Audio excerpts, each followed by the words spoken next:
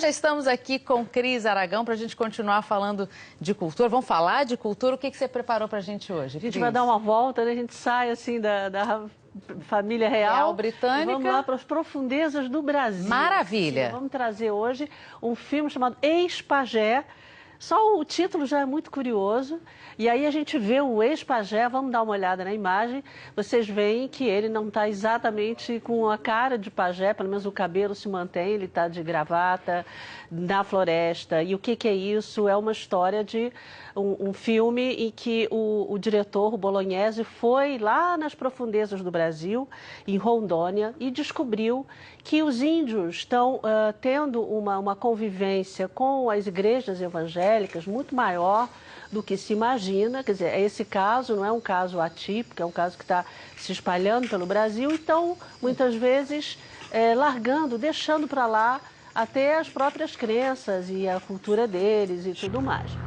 Aí a gente vê umas imagens da aldeia, são imagens aéreas antigas, como a gente percebe, e é incrível, Cecília, porque esse território, o Paiter-Suruí, que a gente vê aí, eles ficaram isolados, esses índios, até 1969, é inacreditável isso. E agora eles têm uma aldeia já com uma outra cara. Essa história da gente ficar falando, como é que ficam os índios nessas questões e tudo mais. O que se percebe, o que o Bolognese me contou, o diretor, é que os próprios índios ali já têm como é que eu vou dizer, uma relação, digamos, com a tecnologia muito eficiente. Então, por exemplo, eles com o próprio celular deles, eles podem deflagrar e denunciar áreas que estão sendo desmatadas. Sim. Pelos madeireiros, e isso cria, obviamente, ações da polícia e tudo mais.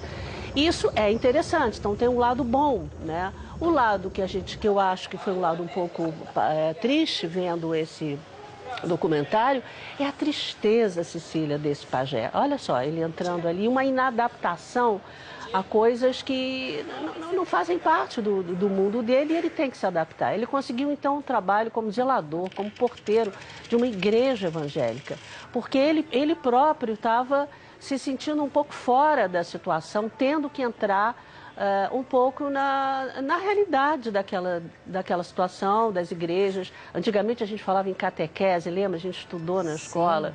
Né, que processo as igrejas, de colonização. E que não tem nada a ver, cada um é cada qual no seu cadinho. Aí ele pegando uma margarina num supermercado. Quer dizer, é um negócio incrível, né? E ele mesmo falava, hoje em dia não me procuram mais. Procuram as aspirinas, procuram os remédios, procuram outro tipo, os antibióticos, né? Outro tipo de cura.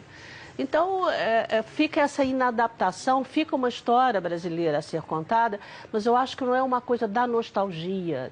Longe disso, é uma coisa da reflexão. Aliás, o Bolognese foi atrás dessa nostalgia dos pajés e ele mudou o rumo do documentário quando ele descobriu. Eu adoro essa imagem. Essa história. Mas ele está na porta da igreja, Cecília, olhando para quê? Olhando para a floresta, né? Pensando no que ficou ali do lado, no que está ali do lado. Né? O Bolognese, realmente, ele foi fazer um trabalho, chegou lá, perguntou assim, mas vem cá, cadê o pajé? Ele queria fazer um trabalho maior. Você vê aí os índios dentro da igreja. E aí, de repente, as pessoas falaram, tá, aqui tem um ex-pajé, né? Porque ele não pode mais estar ali dentro daquela situação que ele estava antes.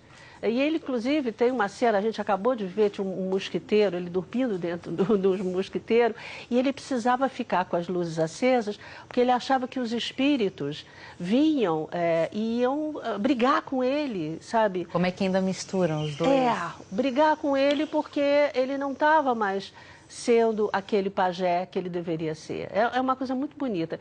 Eu não sei se a gente tem tempo ainda para dar uma rápida palavra do Bolognese, que eu entrevistei ele, que é o diretor, falando um pouco dessa construção do trabalho dele. Vamos ouvir um pouquinho. Durante as filmagens, eu filmava sem saber o que estava acontecendo. Eu entendia a cena pelo visual, pela ação deles, física, mas eu não sabia o que estava sendo dito. Quando eu terminava a cena, alguém me traduzia muito resumidamente, uma cena que eu rodei 10 minutos, ele me traduzia em 15 segundos, ele falou sobre isso, isso, isso e isso. Mas eu só fui saber mesmo que eu tinha filmado na ilha de montagem, porque daí eu peguei todo o material bruto, peguei um Paiter Suruí, contratei um Paiter Suruí que estudou advocacia em Porto Velho e ele traduziu para mim 30 horas de material. E aí a gente botou legenda em todo o material bruto. Aí na ilha de montagem que eu ia ter surpresas sobre o que eles tinham dito durante as filmagens. E eu descobri as cenas que eu pensava que era uma coisa e eram outras cenas.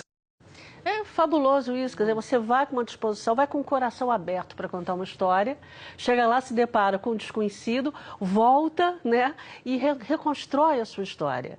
Né? É um filme muito comovente e não é uma coisa de depoimentos. A câmera fica ali observando uma vida e conta essa vida para gente. Ele fez isso em CinemaScope, que é uma câmera muito aberta, muito poderosa, a maneira de captação. Então, você quando está dentro de um cinema, é como se você estivesse dentro da floresta. A ideia dele de fazer em CinemaScope foi essa, levar a gente para dentro da floresta. Acabou o meu tempo. Muito curiosa, Cris. Acho que muita gente também bonito, ficou. é um belo Muito filme, legal vale a a gente pena. pensar e refletir sobre esse filme. Obrigada por trazer isso para a gente. Prazer estar aqui com você, Cecília. Bom final de semana.